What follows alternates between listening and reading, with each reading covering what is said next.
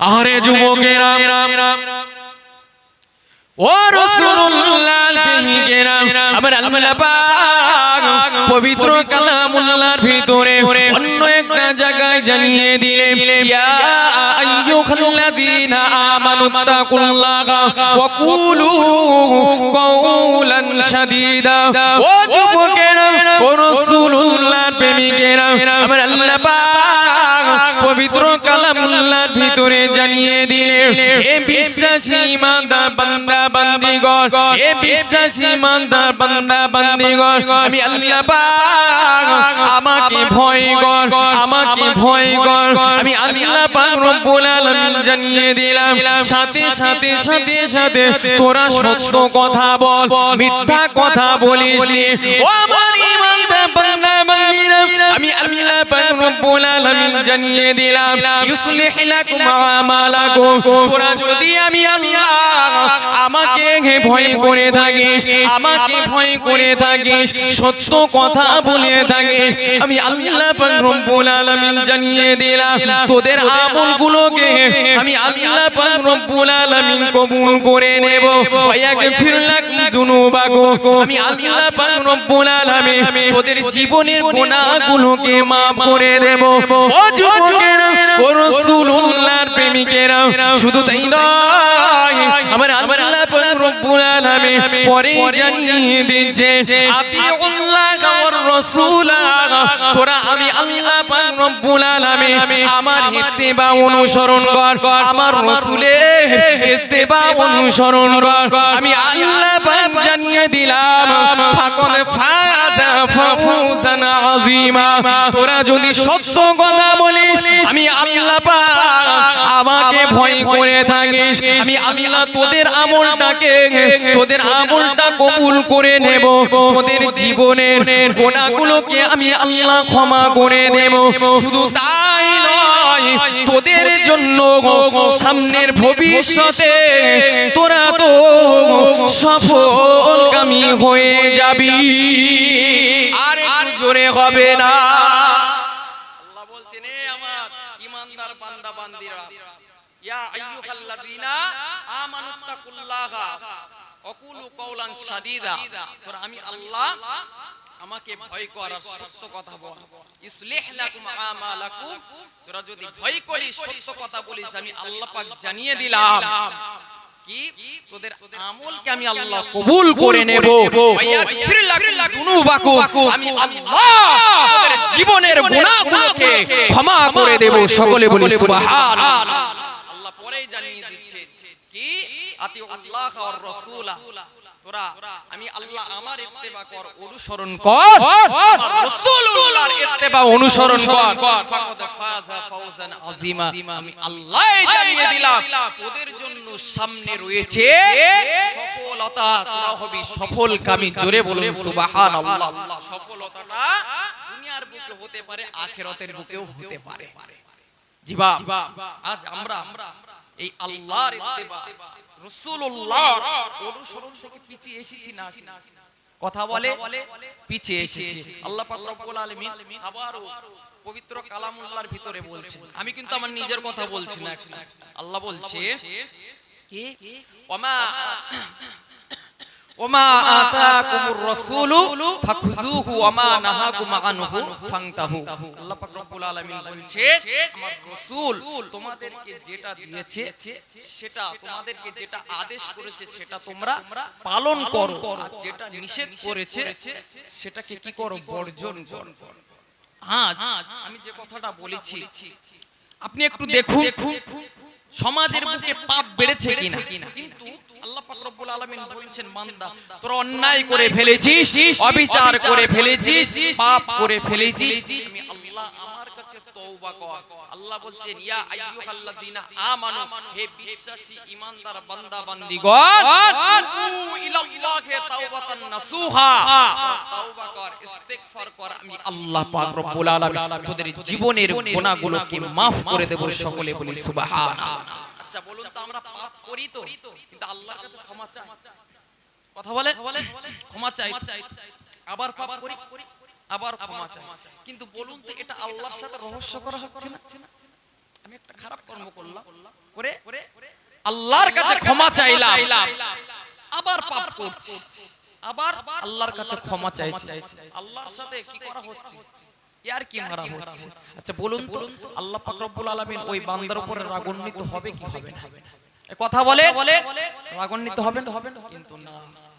কিন্তু না, এটা মানুষের স্বভাব, মানুষ রাগ করবে, এটা স্বাভাবিক। কিন্তু আমার আপনার রব এমন একজন রব, আমার আপনার রব এমন একজন মালিক, আমার আপনার আল্লাহ এমন একজন আল্লাহ, যিনি বান্দা 70 বার গুনাহ করবে, 80 বার গুনাহ করবে, 90 বার গুনাহ করবে, 100 বার গুনাহ করবে, আমার আল্লাহ আমার বান্দা বান্দীদের জীবনের গুনাহগুলোকে maaf করে দেবে। সকলে বলি সুবহানাল্লাহ। আরে যুবকেরা, ও রাসূলুল্লাহর প্রেমিকেরা, আমি আপনাদের কাছে আমার বাপ দাদার কথা শোনাচ্ছি না, আমি আপনাদের কাছে বানানো কথা শোনাচ্ছি না। কেন না, আল্লাহ পাক রব্বুল আলামিন ফেরেশতাদেরকে লক্ষ্য করে বলে, হে আমার ফেরেশতারা, শুনে রেখে দে, জেনে রেখে দে, আদম সন্তানেরা একবার অন্যায় করে থাকে, আমি আল্লাহ পাক তারা অন্যায় করে আবার আমার কাছে তওবা করতে থাকে, আমার কাছে তওবা করার পরে আমার বান্দা বান্দি আবারও অন্যায় করে থাকে, দ্বিতীয়বার অন্যায় করার পরে আমি আল্লাহ পাক আমার কাছে ক্ষমা চাই, তৃতীয়বার আবার আমি আল্লাহ পাক রব্বুল আলামিন আমার কাছে অন্যায় করে তওবা করে থাকে, আমি আল্লাহ পাক রব্বুল আলামিন তখনও ক্ষমা করে দি। আমার বান্দা 50 বার অন্যায় করেছে, অন্যায় করার পরে আমি আল্লাহ পাক রব্বুল আলামিন আমার কাছে আবারও তওবা করেছে, আমি আল্লাহ পাক রব্বুল আলামিন ওই বান্দার জীবনের গুনাহগুলোকে maaf করে দি। ও যুবকেরা, ও রাসূলুল্লাহর প্রেমিকেরা, আমার আল্লাহ পাক ফেরেশতাদেরকে ডেকে ডেকে বলে, হে আমার ফেরেশতারা, তোরা সাক্ষী থাক, আমি আল্লাহ পাক জানিয়ে দিলাম, আদম সন্তানেরা না গুনাহ করতে ভুল করে না, আমি আল্লাহ পাক আমার কাছে তওবা করতে ভুল করে, আমি আল্লাহ পাক রব্বুল আলামিন আমার কাছে তওবা করার পরে আবার তারা পাপাচারে লিপ্ত হয়ে যায়, গুনার কাজে লিপ্ত হয়ে যায়। ও যুবকেরা, ও রাসূলুল্লাহর প্রেমিকেরা, আমার আল্লাহ পাক ফেরেশতাদেরকে ডেকে ডেকে বলতে থাকে, ও আমার উম্মতের ফেরেশতারা, শুনে রেখে দাও, জেনে রেখে দাও, আমার বান্দারা যেমন গুনাহ করতেও কম করে না, তওবা করতে কম করে না, আমি আল্লাহ জানিয়ে দিলাম, আমার এই বান্দা যতবারই গুনাহ করুক না কেন, আর যতবারই তওবা করুক না কেন, আমি আল্লাহ ওর জন্য লাইফ টাইম আমি আল্লাহ ওর জীবনের গুনাহগুলোকে ক্ষমা করে দিলাম। আর একটু জোরে বলুন সুবহান। ও যুবকেরা, ও রাসূলুল্লাহর প্রেমিকেরা, কোন রবের কথা বলছি, কোন আল্লাহর কথা বলছি, খুব ঠান্ডা মাথায় বোঝার চেষ্টা করুন। এমন একজন রব, এমন একজন মালিক, এমন একজন স্রষ্টা, যে স্রষ্টার কাছে আপনি হাজার হাজার বছর ধরে অন্যায় করে আসেন, রাত কি রাত অন্যায় করে যাচ্ছে, দিন কি দিন অন্যায় করে চলেছে। ও যুবক, তোমার বাড়ির লোকের কাছে একবার যদি অন্যায় করে থাকো, তোমার পিতা মাতার কাছে দুবার যদি অন্যায় করে থাকো, তুমি তোমার বিবির কাছে 3 বার যদি অন্যায় করে থাকো, তারা তোমার প্রতি, তারা তোমাকে গালিগালাজ করবে কি করবে না? কথা বলো। এই দুনিয়ার মানুষের কাছে অন্যায় করলে একবার অন্যায় করবেন, দুবার অন্যায় করবেন, 4 বার অন্যায় করবে, ক্ষমা করবে? কথা বলুন। যদিও বা 4 বার ক্ষমা করে, 5 বারের বেলায় আর ক্ষমা করবে না, ক্ষমা করবে না। তার প্রমাণ আমি আপনাদের দেব। এখন বনি ইসরাইলের একজন আবেদ ছিলেন। আবেদ মানে কি? আল্লাহওয়ালা ব্যক্তি। তো ওই আল্লাহওয়ালা ব্যক্তিটার সম্পর্কে আপনার কি করলেন? বাদশার দরবারে খুব প্রশংসা করলেন, বাদশার দরবারে খুব প্রশংসা করলেন। প্রশংসা করার পরে এখন বাদশাহ কিছু অনুরাগীদেরকে দিয়ে পাঠালেন যে আবেদকে আমার দরবারে। এখন ওই আবেদকে যখন বাদশার দরবারে আনলো, খুব কথাবার্তা আলোচনা, এদিকে আবেদ খুব প্রশংসা করতে লাগলো, আবেদকে দরবারে রেখে দিল। আবেদকে বললো, দেখুন আপনার কোথাও যাওয়ার দরকার নেই, আপনি আমার দরবারেই থাকুন। বেশ কিছুদিন হয়ে গেল, এখন আবেদ বলছেন, বাদশাহ আপনার সাথে তো আমার সম্পর্ক মধুর মিলন, বাদশাহ আমি আপনার কাছে একটা দাবি করব, আপনার কাছে একটা দাবি করব, আপনি রাখবেন? বাদশা বলে, হ্যাঁ বল না কি দাবি। এখন আবেদ বাদশাকে বলছে, বাদশা এই যে আপনার দরবারে যে সমস্ত দাসীগুলো রয়েছে, আমি যদি কখনো ভুলবশত তাদের সাথে ফুষ্টিনুষ্টি করি, আপনি আমাকে ক্ষমা করবেন? সেই সময় বাদশা আবেদের উপরে খুব ক্ষিপ্ত হয়ে গেলেন। আরে তুই বলিস কি রে, তোর দুদিন আমি ভালোবাসা দিয়েছি বলে তুই কি আমার মাথা কিনে নিয়েছিস নাকি? তোর মতো আবেদের দরকার নেই, তুই আমার দরবার থেকে বার হয়েছে, তুই আমার দরবার থেকে বার।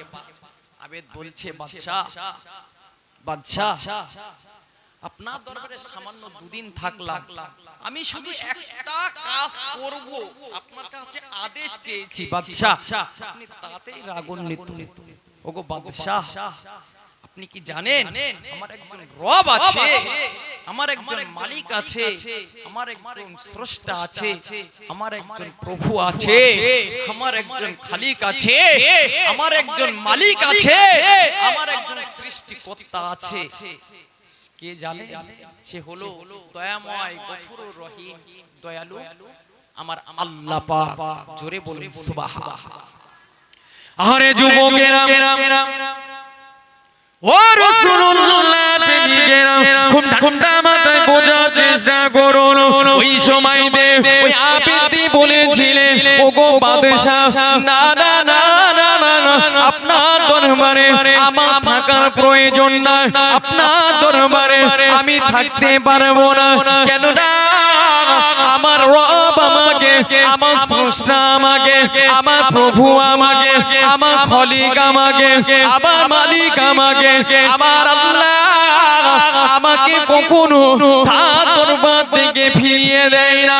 ও যুবকেরা, ও রাসূলুল্লাহর প্রেমিকেরা, ওই আবেদ বলেছিলেন, ওগো বাদশাহ আমার রব এমন একজন রব, আমার রবের কাছে যদি সারাদিন সারা রাত অন্যায় করে থাকে, আমার রবের কাছে যদি পাপ করে থাকে, আমার পাপ আমার রবের কাছে যদি ভুল করে থাকে, আমার রবের কাছে যদি আমি বছর কি বছর অন্যায় করে থাকি, ও বাদশাহ আমার রব এমন একজন রব, একবার হাত তুলে আমি আল্লাহ দরবারে এক ফোঁটা চোখে পানি ফেলে দেব, আমার রব আমার জীবনের গুনাহগুলোকে ক্ষমা করে দেবে। আর একটু জোরে বলুন সুবহানাল্লাহ। ও যুবকেরা, ও রাসূলুল্লাহর প্রেমিকেরা, বাদশাহ যখন ওই আবেদকে তাড়িয়ে দিতে চাইলেন, আবেদ কান্না শুরু করে দিয়েছে। ওগো বাদশাহ না না না না না, এমন রাগান্বিত বাদশাহ দরবারে আমি কখনোই থাকতে পারবে না। কেন না? আমার রব কখনো রাগান্বিত হন না, আমার রব কখনো রাগে না, আমার রব কখনো বান্দা বান্দির উপরে অসন্তুষ্ট হয় না। অতএব আমি আপনার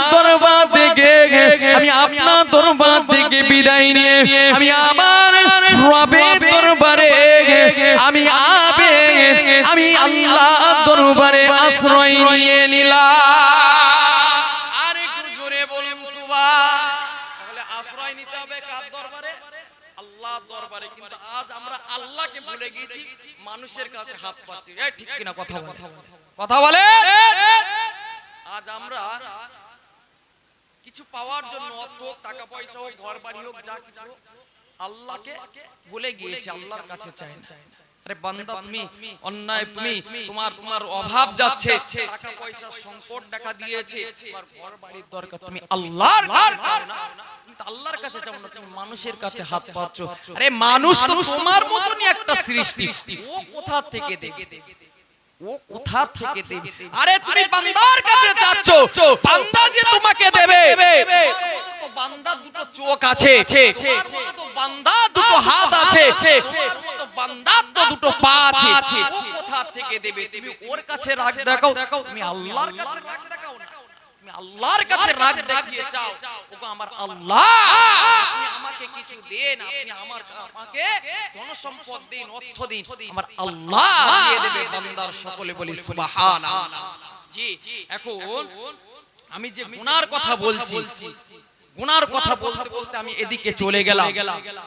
আল্লাহর নবীর একজন সাহাবা ছিলেন আব্দুল্লাহ ইবনে মাসউদ রাদিয়াল্লাহু তাআলা আনহু। তিনি কুফার কোন একটা অঞ্চলে তিনি ঘুরতে ঘুরতে ঘুরতে ঘুরতে একটা জায়গায় পৌঁছালেন। পৌঁছে দেখলেন যে কিছু মানুষ মদ পান করেছে, করে বিশাল নাচ গান করছে। ওই যে আপনার এই গিটার না কি বলে একতারা, ওটা বাজিয়ে বিশাল গান বাজনা করছে। এটা বলার উদ্দেশ্য হলো এটাই, আমরা মনে করি আল্লাহ আমাদের ক্ষমা করবেন, কিন্তু আল্লাহ ক্ষমা করে কিনা তার প্রমাণ আমি একটু দেব। এখন ওই দলের ভিতরে একজন ব্যক্তি ছিলেন যার নাম ছিল জাজান, যার নাম ছিল জাজান। এই জাজান, ওর গলা খুবই সুন্দর ছিল, মিষ্টি আওয়াজ ছিল। ওর এই গলা দিয়ে একতারা বাজিয়ে বাজিয়ে, গিটার বাজিয়ে বাজিয়ে ও গান করছিল। হঠাৎ করে আল্লাহর নবী সাহাবা হযরতে আব্দুল্লাহ ইবনে মাসউদ রাদিয়াল্লাহু তাআলা আনহু তিনি দেখতে পেলেন এবং বলতে লাগলেন, আহারে জাজানের কত সুন্দর না, আল্লাহ পাক রব্বুল আলামিন কণ্ঠ দিয়েছে, কণ্ঠ দিয়ে যদি জাজান কোরআন তেলাওয়াত করত, আল্লাহর কোরআন তেলাওয়াত করত, তাহলে কতই না মধুর লাগতো। এই বলে হযরতে আব্দুল্লাহ ইবনে মাসউদ রাদিয়াল্লাহু তাআলা আনহু তিনি চাদর মুড়ি দিয়ে বাড়িতে চলে এসেছেন। এই কথাটা জাজানের কানে চলে গেছে। জাজান লাফ মেরে উঠেছে, কি বলল রে এই কথাটা? অন্যান্য সাথী সঙ্গীরা বলতে লাগলেন, এটা হলো আল্লাহর নবী সাহাবা হযরতে আব্দুল্লাহ ইবনে মাসউদ রাদিয়াল্লাহু তাআলা। কি বলল রে? বলল সাথী সঙ্গীরা সেই সময় বলছে, জাজান মাসউদ বলেছে আল্লাহ তোমাকে খুব সুন্দর কণ্ঠ দিয়েছে, তুমি এই কণ্ঠ দিয়ে যদি গান বাজনা করে, যদি গান বাজনা না করে যদি আল্লাহর কোরআন তেলাওয়াত করতে, আল্লাহ খুব খুশি হতেন। যখন এমন কথা বললেন, জাজানের অন্তরে ভয় ঢুকে গেলেন, অন্তর কেঁপে উঠলেন, সঙ্গে সঙ্গে লাফ মেরে উঠে ওই একতারাটা গিটারটা ভেঙে ফেল দিলেন, এক আছাড়ে ভেঙে ফেলে দিয়েছে। দিয়ে গলায় জড়িয়ে, গলায় একটা রুমাল জড়িয়ে আল্লাহর নবী সাহাবা হযরত আব্দুল্লাহ ইবনে মাসউদ রাদিয়াল্লাহু তাআলা আনহুর কাছে পৌঁছে। আরে যুবকেরা, ও রাসূলুল্লাহর প্রেমিকেরা, খুব ঠান্ডা মাথায় বোঝার চেষ্টা করুন। ওই সময়তে জাজান আল্লাহর নবী সাহাবা হযরত আব্দুল্লাহ ইবনে মাসউদ রাদিয়াল্লাহু তাআলা আনহুর কাছে গেলেন। হযরত আব্দুল্লাহ ইবনে মাসউদ রাদিয়াল্লাহু তাআলা আনহুর কাছে গিয়ে আল্লাহর নবী সাহাবা সামনে দাঁড়িয়ে আপনার গলায় একটা রুমাল পেঁচিয়ে হযরত আব্দুল্লাহ ইবনে মাসউদ রাদিয়াল্লাহু তাআলা আনহু সামনে ঝরঝর ঝরঝর করে কান্না শুরু করে দিয়েছে।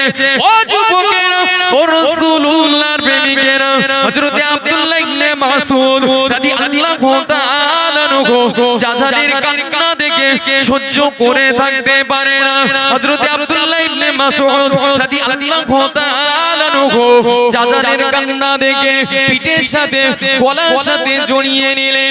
জড়িয়ে ধরার পরে আব্দুল্লাহ ইবনে মাসউদ রাদিয়াল্লাহু তাআলা আনহু ঝরঝর ঝরঝর করে তিনিও কান্না শুরু করে দিলেন।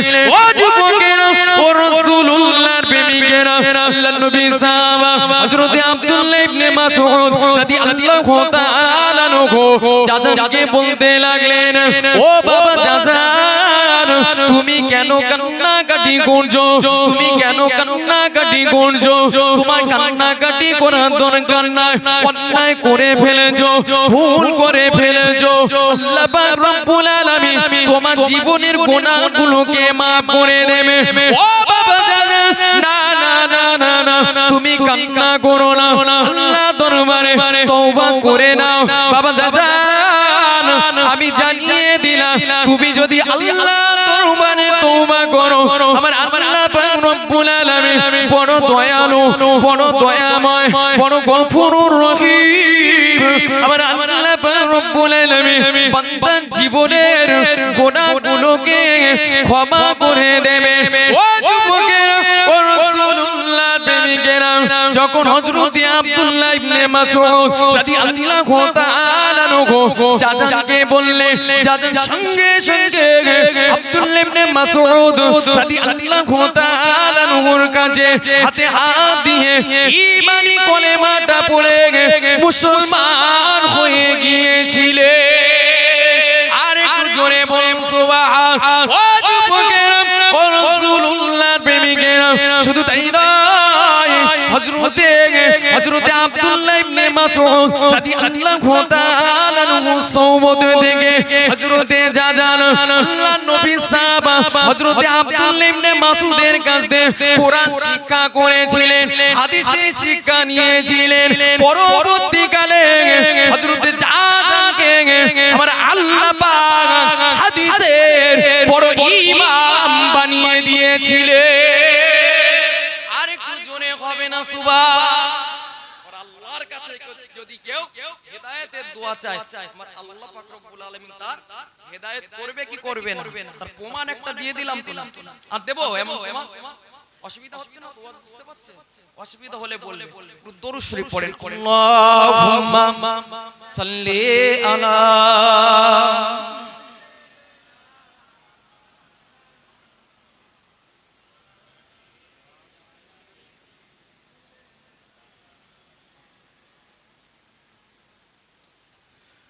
রহমতে আলম নবী নূরে মুজাসসাম, সাহাবারা আতর বানায় ওই নবীজির নাম। জোরে হবে না সুবহানাল্লাহ? জোরে হবে না সুবহানাল্লাহ? নারে তাকবীর।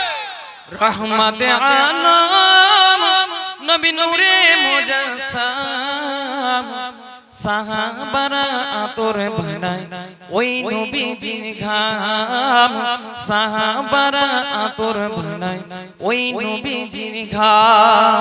শোনো মানব জানো কেমন আমার নবীজি, যাহার প্রেমে পাগল ছিল তারকারাজি গো, যাহার প্রেমে পাগল ছিল তারকারাজি।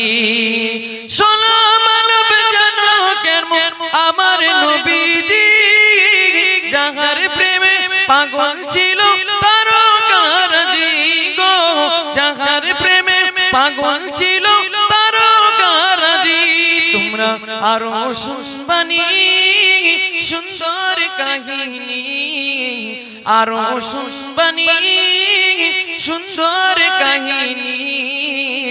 জান্নাতের ওই রুমে রুমে লেখা যাহার নাম। জোরে বলুন না সুবহানাল্লাহ। কার নাম জান্নাতের? কার নাম জান্নাতে দরে দরে লেখা আছে? কথা বলো। আমার আপনার রাসূলুল্লাহ। জোরে বলুন সুবহানাল্লাহ। জান্নাতের ওই রুমে রুমে লেখা জাহান্নাম, রহমতে আলম নবী নূরে মুজাসসাম, সাহাবারা আতর বানায় ওই নবীজির ঘাম, সাহাবারা আতর বানায় ওই নবীজির ঘাম। উস্তুনে খান্নানা একটা খেজুর গাছের নাম, যাকে ধরে খুতবা দিতেন রাসূল আকরাম গো, যাকে ধরে খুতবা দিতেন রাসূল আকরাম। একটা খেজুর গাছের গুড়িতে রাসূলুল্লাহ হেলান দিয়ে খুতবা দিতেন। কোন মসজিদে? মসজিদে নববীতে। এখন সেই মসজিদে নববীর মেম্বারটা পাকা হয়ে গিয়েছে বলে খেজুর গাছটা এখনো হেফাজত আছে। যারা হাজী সাহেব হজে গিয়েছে তারা জানে। জি বাবা, যখন এই খেজুর গাছটা আপনার যখন এই মসজিদের নববীর মেম্বারটা পাকা হলো, খেজুর গাছটা কান্না শুরু করেছে। কেন? রাসূলুল্লাহ ওই খেজুর গাছের গুড়িতে হেলান দিয়ে খুতবা দেবেন, কান্না শুরু করে দিয়েছে। রাসূলুল্লাহ শরীর আর স্পষ্ট হবে না, এই দুঃখে এই কষ্টে খেজুর গাছটা কান্না শুরু করে দিয়েছে। এই খেজুর গাছের গুড়িকেও আমার আল্লাহ জান্নাত ঘোষণা করেছেন। জোরে বলুন সুবহানাল্লাহ। রাসূলকে যারাই ভালোবাসবে তাদেরকে আমার আল্লাহ জান্নাত দিয়ে দেবে। জোরে হবে না সুবহানাল্লাহ। উস্তুনে হান্নানা একটা খেজুর গাছের নাম, যাকে ধরে খুতবা দিতেন রাসূল আকরাম গো, যাকে ধরে খুতবা দিতেন রাসূল আকরাম। উস্তুনে হান্নানা একটা খেজুর গাছের নাম, যাকে ধরে খুতবা দিতেন রাসূল আকরাম গো, যাকে ধরে খুতবা দিতেন রাসূল আকরাম। গাছটা নবীর বিরাগে কাঁদিতে রহে, গাছটা নবীর বিরাগে কাঁদিতে রহে। হতভাগ হয় দেখে সকল সাহাবায়ে কেরাম। জোরে বলুন না সুবহানাল্লাহ। হতভাগ হয় দেখে সকল সাহাবায়ে কেরাম। নবী রহমতে আলম নূরে মুজাসসাম, সাহাবারা আতর বানায় ওই নবীজির ঘাম, সাহাবারা আতর বানায় ওই নবীজির ঘাম। আল্লাহুম্মা সাল্লি আলা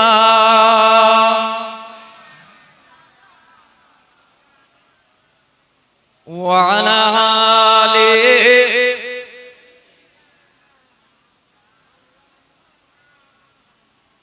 সাল্লাল্লাহু আলাইহি ওয়াসাল্লাম। হাজিরানে মজলিস, যে কথা আলোচনা করছিল আজকের এই মাহফিল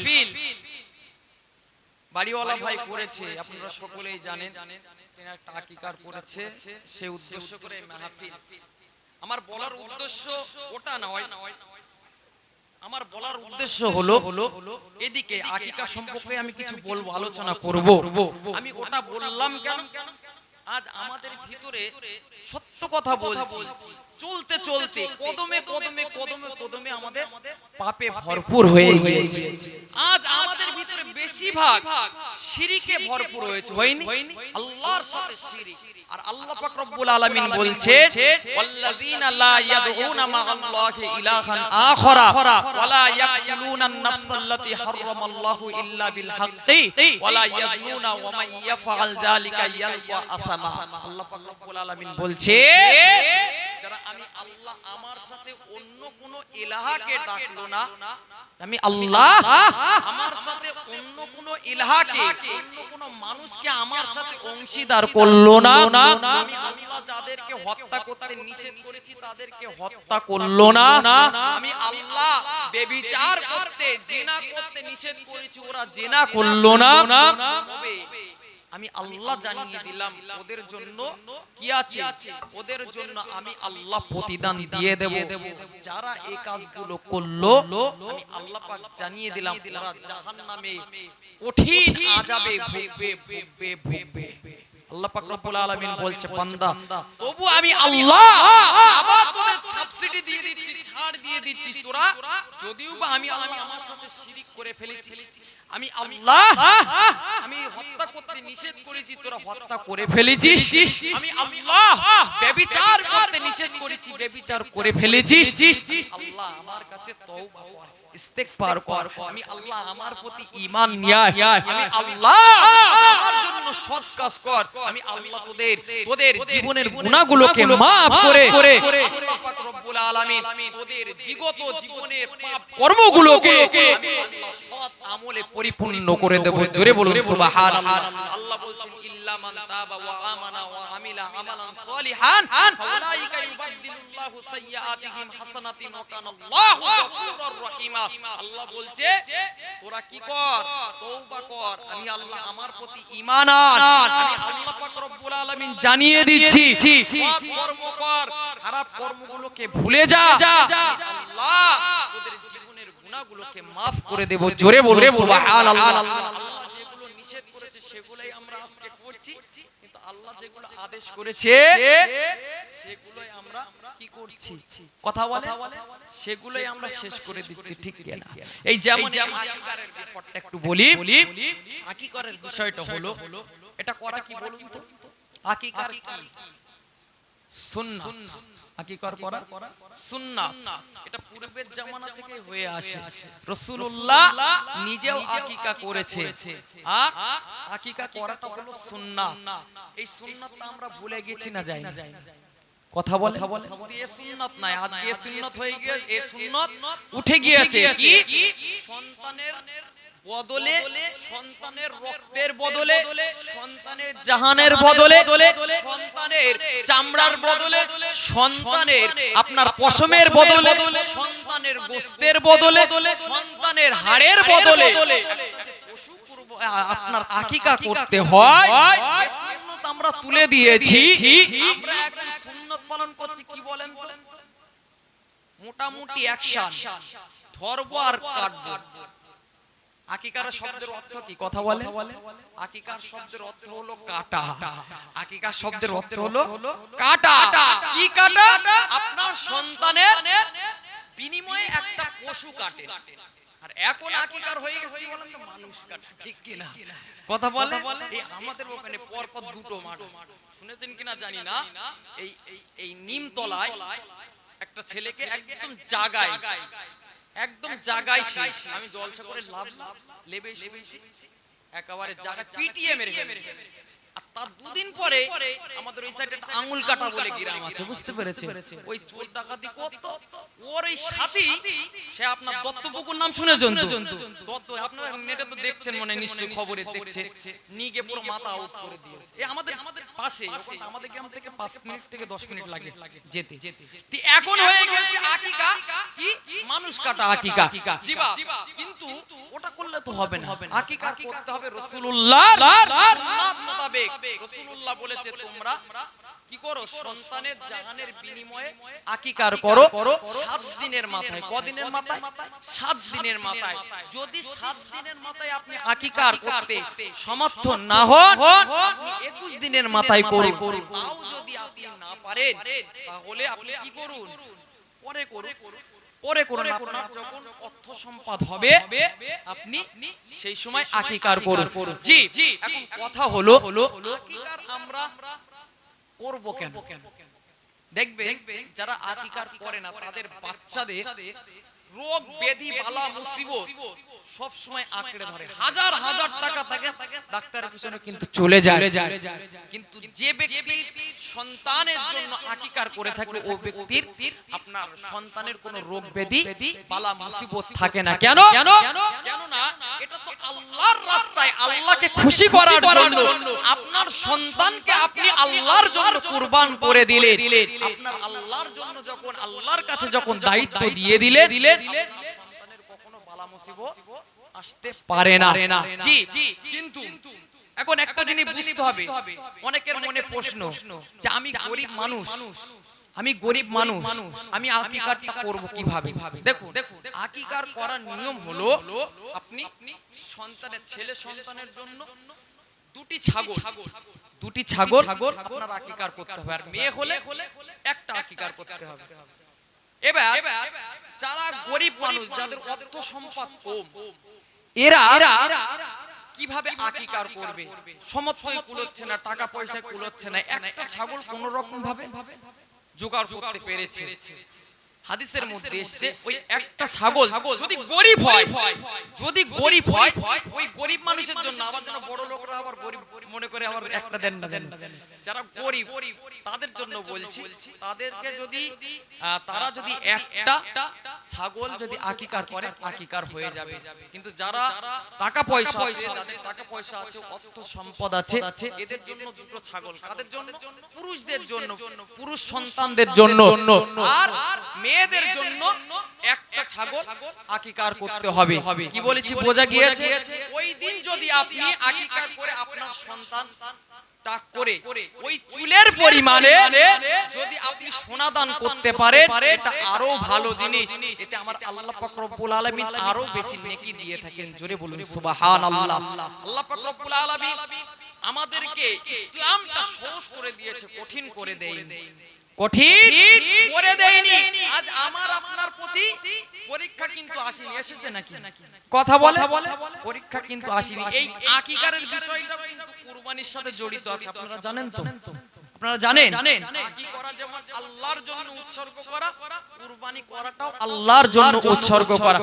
বলুন তো ডাইরেক্টলি আপনার আমার আল্লাহ পাক রব্বুল আলামিন কখনো পরীক্ষা নিয়েছেন? কথা বলে পরীক্ষা কিন্তু নেইনি। কিন্তু পূর্বের জামানায় মানুষের আল্লাহ পাক রব্বুল আলামিন ডাইরেক্ট পরীক্ষা করতেন। নবীদের তো বেশি বেশি আপনার নবীদের প্রতি ডাইরেক্টলি পরীক্ষা করত। জি, আমরা ইসলামটা কত সহজ ভাবে পেয়েছি দেখুন। যখন রাসূলুল্লাহ দুনিয়ার বুকে নবুয়ত প্রাপ্ত হয়েছে, নবুয়ত প্রাপ্ত হওয়ার পরে মক্কার বেঈমান বেদিনরা রাসূলুল্লাহকে স্বচক্ষে দেখেছে না দেখেনি? কথা বলুন, দেখেছে তো? দেখেছে। জি, এখন দেখার পরে তারা অনেকে ঈমান এনেছে, আবার অনেকে ঈমান আনেনি। বলুন তো যাদের কপাল ফাটা তারাই তো ঈমান আনেনি, তাই তো নাকি?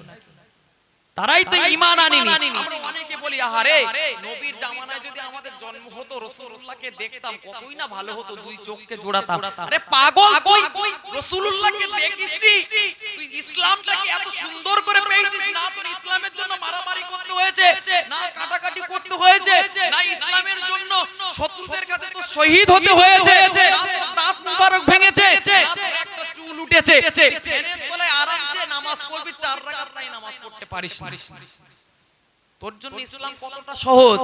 সাহাবায়ে কেরামগণের দাঁত ভেঙে গিয়েছে, মার খেয়েছে, শহীদ হয়েছে, নিজের সংসার ধর্ম ত্যাগ করে দিয়েছে, নিজের সন্তানদের আপনার বিবাহ করেছে, স্ত্রীর সাথে প্রথম রাতে বাসর রাত করবে সেই সুযোগও হয়নি। আল্লাহকে ভালোবাসার জন্য, রাসূলুল্লাহকে ভালোবাসার জন্য তারা এত কষ্ট করে দিনকে প্রচার করে গেছে।